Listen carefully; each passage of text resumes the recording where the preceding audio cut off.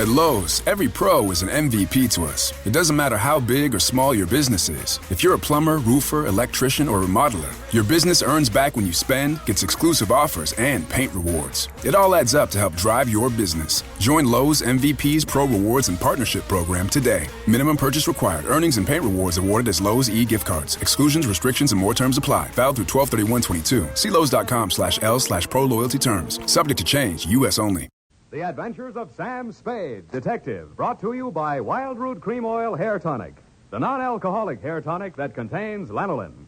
Wild Root Cream Oil, again and again, the choice of men who put good grooming.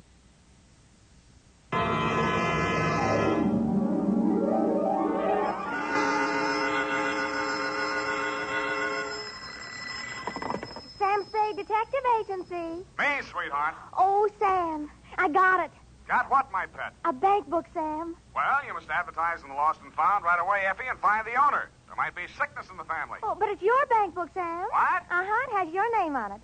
Samuel Spade, account number 4. It's a forgery. Somebody's trying to pin something on me. Lock it up and don't touch it until I get there. Oh, all right. Did you make a lot of money on this one, too? Got the check right in my pocket, $500. Oh, Sam, we're making more money than a movie star. Well, almost. And all honestly, too. 600 last week and 500 this week. Yeah, how about that? And life gives a 3-page spread to I Spy Molten. But we mustn't let it turn our heads, Effie. No. We gotta stay in there pitching. I'll be right down to pitch my report on the Adam Figg caper.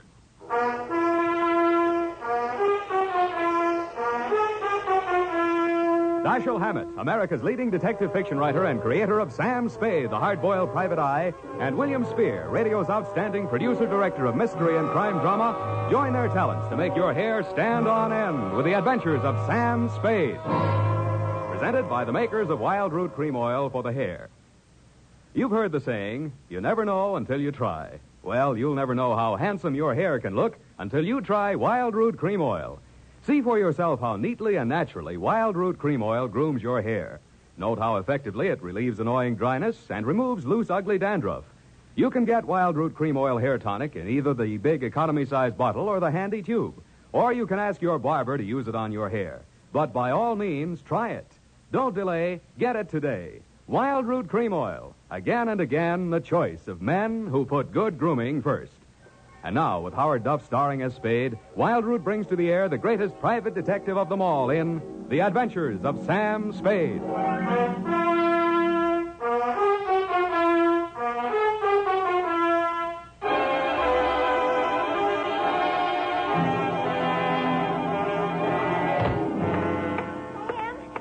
I bought us a present. Oh, you're going to love it. Well, we gotta watch these expenses, Effie. There's always something. Yes, but this will be saving. It saves confusion and saves fretting. Now, this gadget here, what is it? It's a Minirobot. A what-a-butt? It's for busy men like yourself, Sam, so you don't have to burden your mind with petty details. You see, it has this dial on it, right here. And you drop these little cards in this slot. You don't have to worry about that. That's for me to take care of. Oh, good. Then, when you come into the office, and supposing you have an appointment with Mr. Jones at 2 o'clock, and you forgot about it, you just dial 2 o'clock, and the little card pops out. And it says Mr. Jones on it. How do I remember to dial 2 o'clock? Oh, well, maybe it's in the instruction book. But anyway, now go ahead, Sam, please. The card's right in there. Now, dial 2 o'clock. Go on, Sam. Let's see. Just like a telephone, Sam. Now what do I do? Well, give it time, Sam. It's thinking. Must have forgotten. Jones. Mr. Jones. Effie, do you think it's dead? Oh, Sam, I don't understand it. It was working perfectly. Well, I'll take it straight back first thing in the morning. You'll have to. It'll never find the way itself. You got your book, sweetheart? Yes, Sam, I don't understand. It was working perfectly Well, a that's little all while right, ago. honey. It doesn't matter. Date October 5, 1947, to Hillary Exxon Esquire from Samuel Spade, license number 137596. Oh, Sam, honey, it's only a memo robot. Subject, the Adam Figg caper. Dear Mr. Exxon, October 2nd in San Francisco was one of those days that you see blown off the calendar by a gust of wind in the movies to denote the time is passing. It was a day for scraping off the minutes with a fingernail file and wondering whether the display ad I'd paid for in the classified section of the phone book wasn't just a waste of money. It certainly wasn't the day I'd expect a leprechaun to walk into my office. He said his name was Adam Figg. He said he was the butler at Exxon Manor in Los Nidos. The limousine, Mr. Spade, is waiting to take you away. We mustn't keep them waiting, must we? Of course we mustn't. Who mustn't we? Why, Mr. Hillary, of course, sir. Oh, Mr. Hillary. And old Mr. Exxon. The old gentleman is very ill.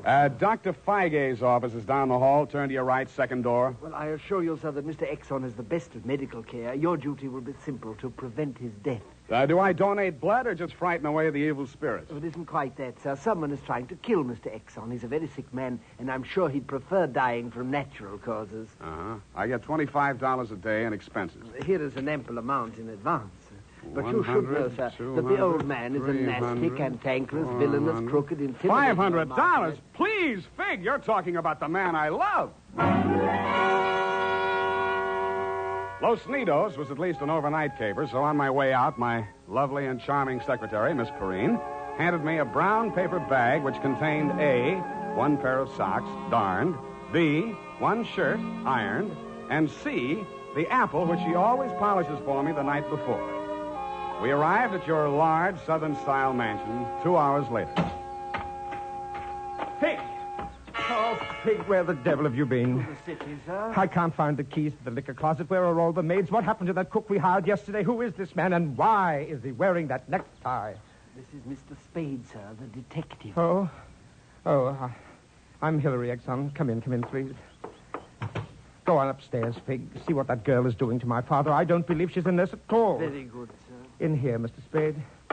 Pardon the condition of the house. The old man has been firing the servants again. Your father, you mean? Yes. Every time he gets shot at, he fires all the servants. He gets shot at pretty often? About once a year, in the fall. Uh-huh. You always hire a detective? No. Oh, dear. I'm not keeping you up, am I? No, excuse me, please. It's much worse this time. I can't get any sleep. Guns going off in the middle of the night. The whole household disturbed. When and where was he last shot at? Yesterday morning at about 1:30. I dug the bullet out of the woodwork myself, a .38 caliber, embedded in the door frame that leads to Miss Kaywood's room. That's his nurse. Was she with him at the time? No, Dad sleeps like a baby, full of sedatives. She sees to that. Shot come from outside? Yes, but we found nobody on the grounds. No traces of anybody. I don't know whether Dad knows who shot at him or not. He's such a closed-mouthed old devil. You don't care very much for your father, do you? To be frank, Mr. Spade, if hating weren't such an effort, I would despise him.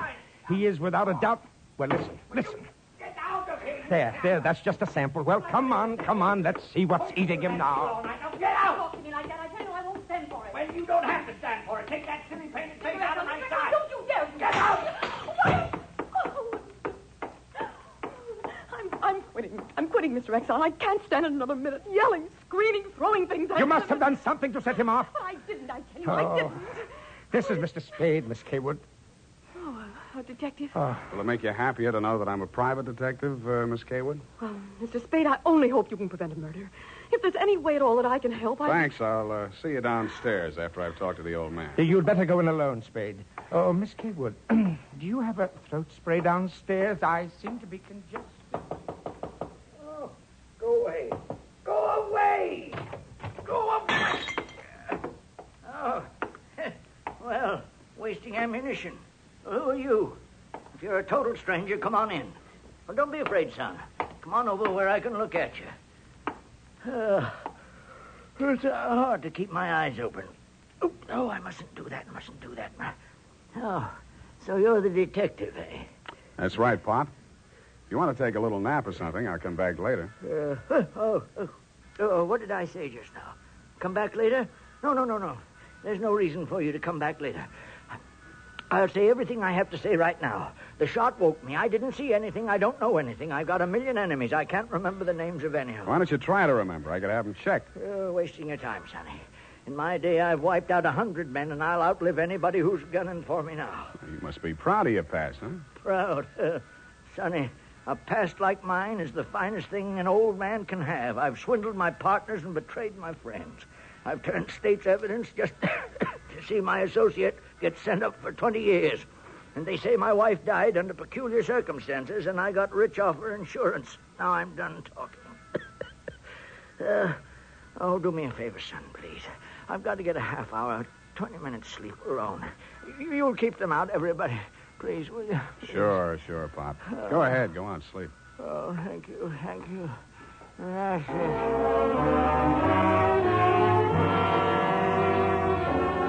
He closed his eyes, rolled over, and fell into a heavy sleep. I stood there a moment, looking down at the frail, wasted old body. Then I cased the room. In digging the bullet out of the door, Hillary had done a good job of ruining any chance there might have been of proving the direction it had come from. I strolled out on the balcony. It was a pretty night. I lit a cigarette and took it in. Then I heard a door open and close softly behind me. Nurse Kaywood was at your father's bedside. She was filling a hypodermic from a small vial of bluish liquid. He didn't awaken when she jabbed it into his arm. Then she saw me standing in the doorway. She hastily dropped the medicine vial into her uniform pocket and came around the bed to meet me. Oh, Mr. Spade, oh, thank heaven. Why, when I saw you standing there in the half night, I thought you might be... Thought I was who? Why, the man who fired the shot. It was a man?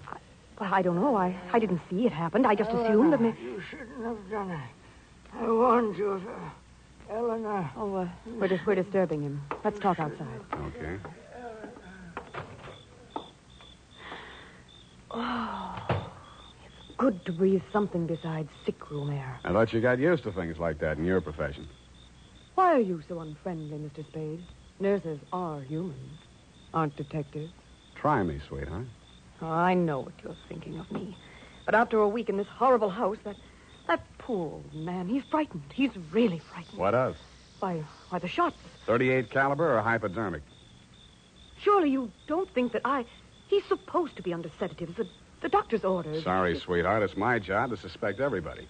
Oh, can't you forget your job, even for a moment? Sure.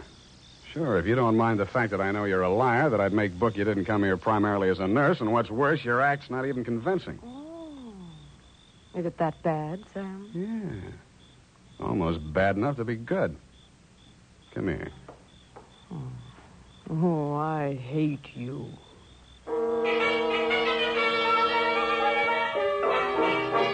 It was a very satisfactory love scene for both of us. For reasons of her own, Barbara wanted to keep me out of that sick room for a while, and she did. For reasons of my own, I wanted to get that medicine vial out of her uniform pocket, and I did. Then, as suddenly as we had fallen into love, we fell out again. After she'd gone to her room, I went back to my sentry duty around the house. Under a light on the front veranda, I examined the bottle from which Barbara had taken the injection for your father. It was labeled sodium thanatol and had been dispensed by a firm called Ibis Chemicals Limited in Cairo, Egypt. A scream filled the house, high and frenzied. I started running toward Barbara Kaywood's room. I slammed the terrace door open and found the light switch. Barbara was sitting upright in the center of a bed. Her face jerked up so abruptly that it seemed her neck had snapped. She clutched both hands to her chest and fell face down among the bedclothes, staining them with her blood.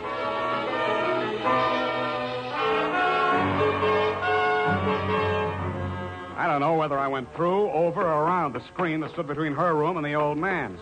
I circled Exxon's bed. He lay on the floor on his side facing the window. I went outside. A .38 automatic lay on the ground a few yards away from the building. I put that into my pocket and listened. No shadows moving. Nothing. Then he was on me before I could be sure he wasn't a medium-sized tree. Break your back. Need the light. The warm stuff on my cheek might have been the thing's blood or mine. It gathered me up and bent me back and tore at my throat. Then I remembered that hands are stronger than fingers. I started with his thumbs.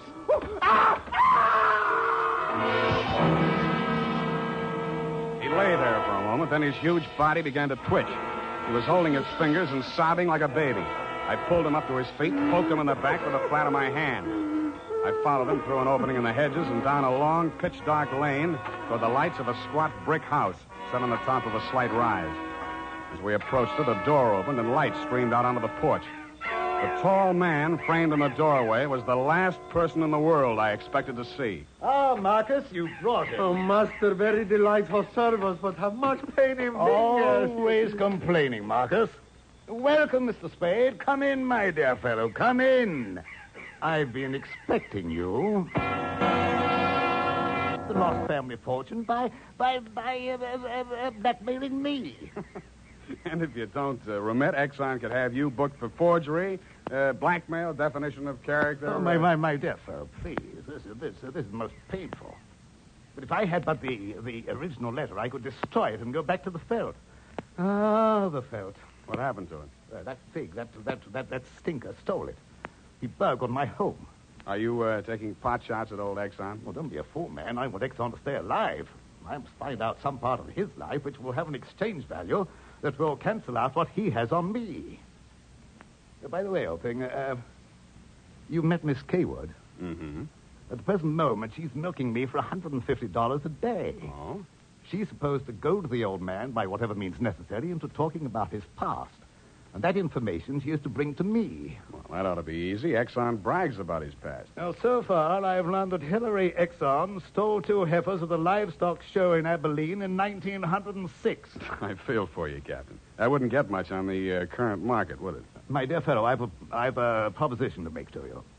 Should you ferret out anything that would be of value to me, I'll reward you handsomely. Well, maybe something can be arranged, Captain. Good, excellent. May I have your word on that? Well, there isn't much time, Captain. I'd better trot on back. I'll show you to the door, sir. And let me warn you, Mr. Spade, for your own good, should you ever hear the thrum of Ibis wings, run, flee.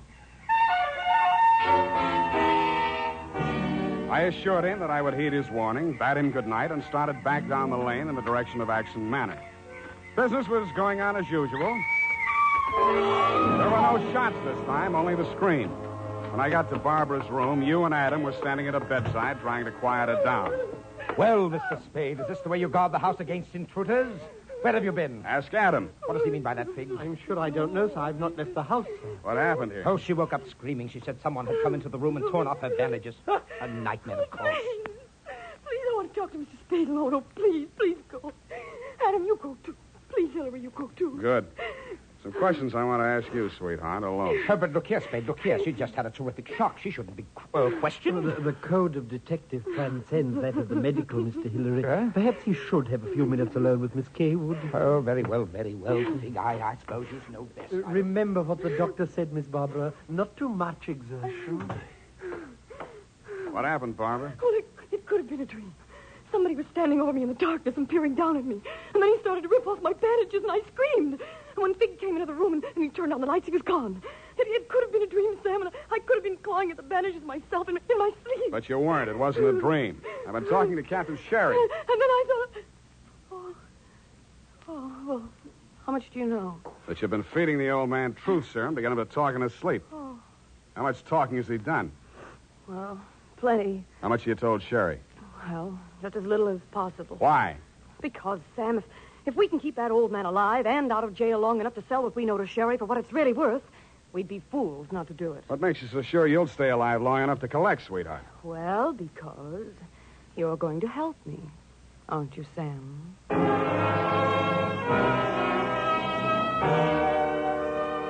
So I helped her, but not for the reason she thought. I made a lot of noise leaving her room and going to mine. Going back, I didn't wear any shoes. I slipped into a clothes press in her room so quietly that even she didn't hear me. I left the door slightly ajar and waited. Time passed, and I was stiff from standing still. It happened at about 3 a.m.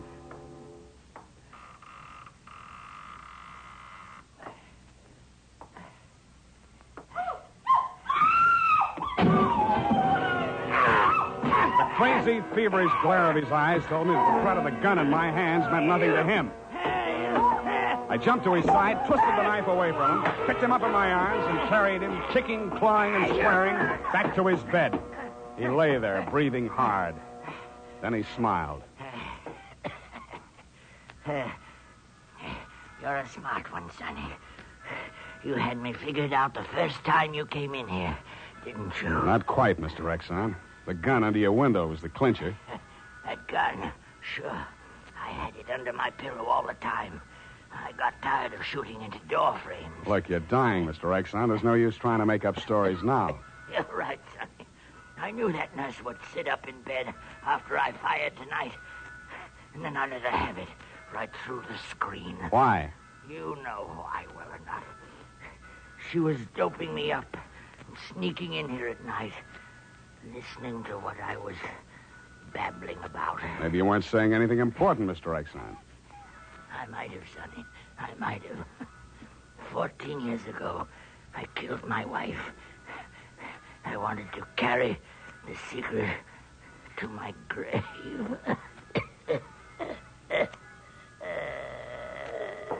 You nearly made it at that. Spade! What's happened? Is he dead? He's dead. Did he say anything, sir? Did he confess anything? You must tell me if he said anything. I didn't hear him say a word. Well. Yeah, Mr. Spade. Charged with a certain texture, a significant quality. There's a certain smell, yes. Ah, and omen. You can inhale it, sir. Journey thou to Nairobi on the veldt. Tarry 7 days, and you will collect the fabulous golden skull of Wizami, king of the Bojamas. Aha! Marcus! Yes, master. Unhook the hooker. Pack the marmalade. We are off to the veldt.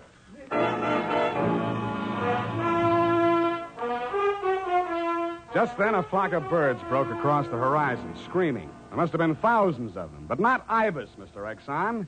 Vultures. I suppose if you're going to pay any attention to omens, it's a good thing to know your birds. Period. End of report.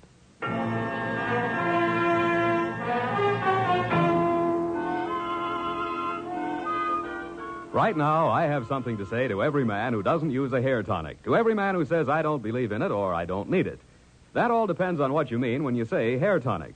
If you mean the old-fashioned greasy kind that leaves your hair smelling like a perfume factory, you're absolutely right. But remember, Wild Root Cream Oil Hair Tonic is nothing like that.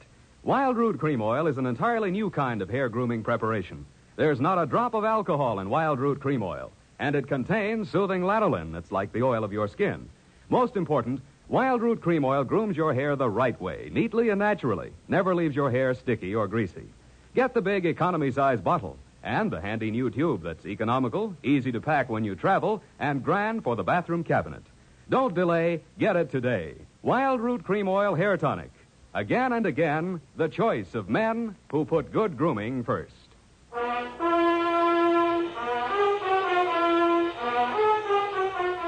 Well, Effie, we, Sam, the memo robot works after all. I told you it would. Yeah, it just takes a little time, sweetheart. Oh, read the card, Sam. Now, you see? You'd know you were supposed to see Mr. Jones at 2 o'clock. Isn't it wonderful? Well, this card doesn't even mention Jones. Huh? What does it say, Sam? Well, it says, journey thou to Friskin's drugstore, wager $5 on Ira W. in the third at Belmont Park. Oh, Sam, it's psychic. Tarry but a moment. Yes? Thou wilt lose $5. Oh, good night, Sam. Good night, sweetheart.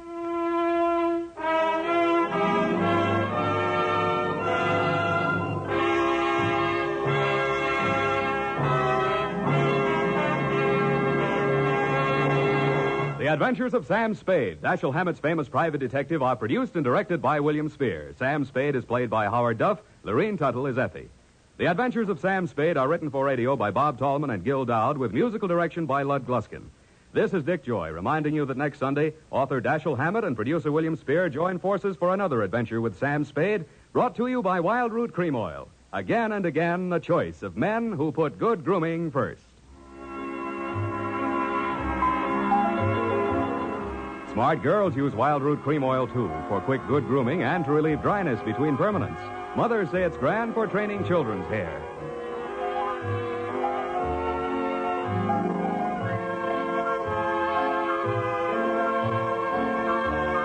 This is CBS, the Columbia Broadcasting System.